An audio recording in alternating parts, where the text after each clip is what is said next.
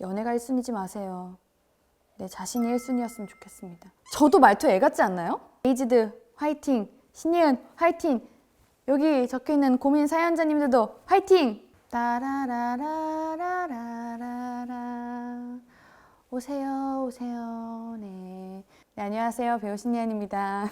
제가 오늘 데이즈드 코리아와 함께하는 예니 테라피를 한번 해볼까 합니다. 여러분들의 고민을 들어주기 위해서 어젯밤부터 정말 설레서 잠을 못 잤는데요. 제가 잘 하지는 못하지만 여러분들의 친언니 혹은 동생, 누나의 입장으로서 한번 그런 마음가짐으로 고민 상담을 해보도록 하겠습니다.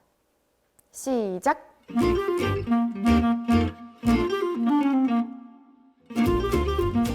첫 번째, 안녕하세요. 25 여자입니다. 저랑 1살 차이시네요. 저는 늘 연애가 1순위인데 남친은 연애가 1순위가 아니어서 고민입니다.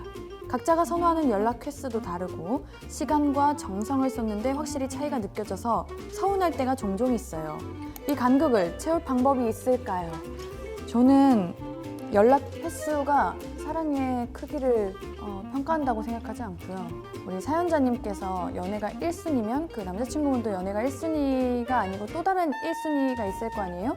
그게 뭐 가족일 수도 있고 직장일 수도 있고 나의 1순위를 존중받고 싶다면 상대의 1순위도 존중해 주는 게 어떤가. 저의 개인적인 생각으로는요. 만약 상대가 연락을 계속해서 요구를 한다. 조금은 부담스러울 수도 있을 것 같아요. 차라리 연락을 하기 전에 내가 하고 싶은 거 취미생활이나 10분만 참았다가 연락하자 이렇게 시간을 조금 두시면서 부담을 덜어주시면 상대방도 왜 연락을 하다가 갑자기 안 하지? 싶어서 더 연락을 하지 않을까. 연애가 1순위지 마세요. 내 자신이 1순위였으면 좋겠습니다. 아시겠죠? 두 번째, 예은님. 전 질투심이 너무 심해서 고민입니다. 경쟁 심리가 발동해야 동기부여가 되고요. 결과가 더 좋더라고요. 그런데 최근 유튜브에서 행복의 반대말은 비교라는 걸 얼핏 들었어요. 계속 질투는 나의 힘, 정신으로 살아도 성장을 할 수 있다면 괜찮은 걸까요? 좀 괜찮다고 보는데요. 만약 나의 이 경쟁 심리가 타인의 실패를 보고 희열을 느낀다. 이런 거면 좀 문제가 되겠지만 상대에게 피해가 되지 않는 한 좀 문제 없다고 봅니다. 도덕적으로 문제가 되는 것만 아니라면 전 상관없다고 보는데 그래도 내 자신을 좀 성장시키는데 초점을 두는 것도 나쁘지 않아요. 남과 싸우지 말고요. 내 자신과 싸우는 거죠. 그게 가장 어려운 거거든요. 경쟁 심리가 있으시다면 타인과 싸우지 마시고 내 자신과 싸우시길. 그게 제일 어려운 건데 드디어 회사에서 첫 후배가 생겼습니다. 어느 날 후배가 일을 이상한 방식으로 하길래 한마디 했죠. 그랬더니 예전 직장에선 이런 식으로 해왔는데 뭐가 문제냐는 식이더라고요. 그 말을 들은 후부터 제 마음의 문이 닫혀서 후배에게 좋은 말이 나가지 않고 있습니다. 애눌러서 잘 타이르는 방법이 있을까요? 제가 어디선가 듣기로는 회사에서 이렇게 일이 있으면 계속 일이 쌓이고 쌓인다고 차라리 그냥 퇴근하고 근처 삼겹살집 가가지고 단둘이 도란도란 이야기 나누면서 왜 그랬냐 이렇게 풀면 좋다고 하는데 근데 제가 알기로는 힘드시겠지만 선배가 먼저 다가가는 게 좀 편한 것 같아요. 후배 입장에서는 선배에게 다가가고 싶어도 어려울 수도 있거든요. 선배님이 먼저 후배님을 조금 노력해서 잘 타일러 보시고 여러 노력도 해보고 같이 밥도 먹고 했는데도 안 된다. 그럼 그냥 그런 사람이에요. 그러면 그런 사람이구나 이렇게 생각하셔야죠. 제가 까탈스럽지 않고 너무 편해서일까요? 친구 중 몇몇은 은연중에 저를 얕보고 있다는 느낌이 들더라고요. 그 말은 너무 심했다라고 말을 해봐도 왜 그렇게 예민하게 반응해 하더라고요. 이런 사람들과 계속 관계를 이어가는 게 나을까요? 이런 일이 있을 때마다 관계를 끊었다간 주변에 아무도 안 남게 되면 어쩌죠? 상대가 그 말이 심했다 했는데 어떻게 예민하다고 말할 수가 있죠? 그거는 저는 손절합니다. 저도 좀 그래요. 저도 사람들과 편하게 다가가는 편인데 이 사람이 날 너무 편하게 대해서 가끔 무례하다 싶으면 거리를 둡니다. 100번 베푸르면 101번 보답하시는 분이 있고요.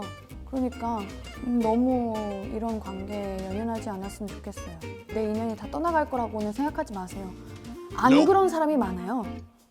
목소리와 발음을 가다듬고 싶어요. 제 말투가 좀 애 같고 어수룩해서 일할 때 단점으로 작용하더라고요.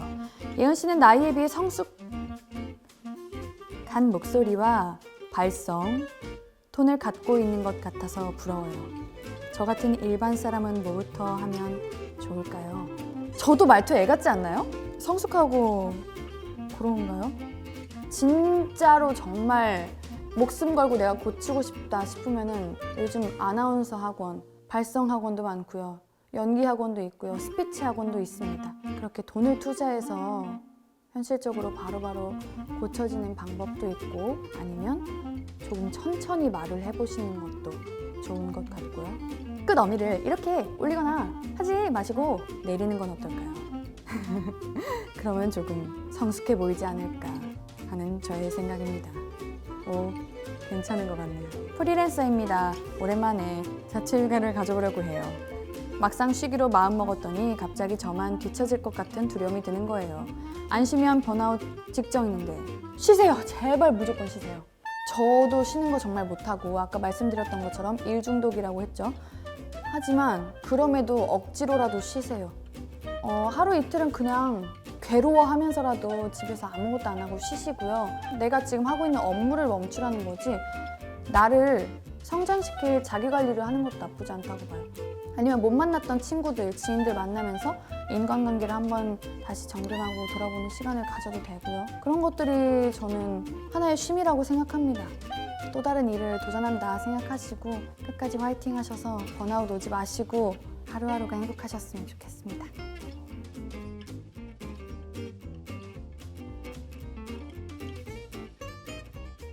끝이네요. 제가 말을 잘 못해요, 저도. 그렇지만 조금이라도 5%라도 도움이 되셨으면 좋겠다는 생각이 들고요. 많은 고민을 갖고 사는 우리 모두 오늘 하루도 화이팅! 데이지드 화이팅! 신예은 화이팅! 여기 적혀있는 고민 사연자님들도 화이팅! 행복하세요.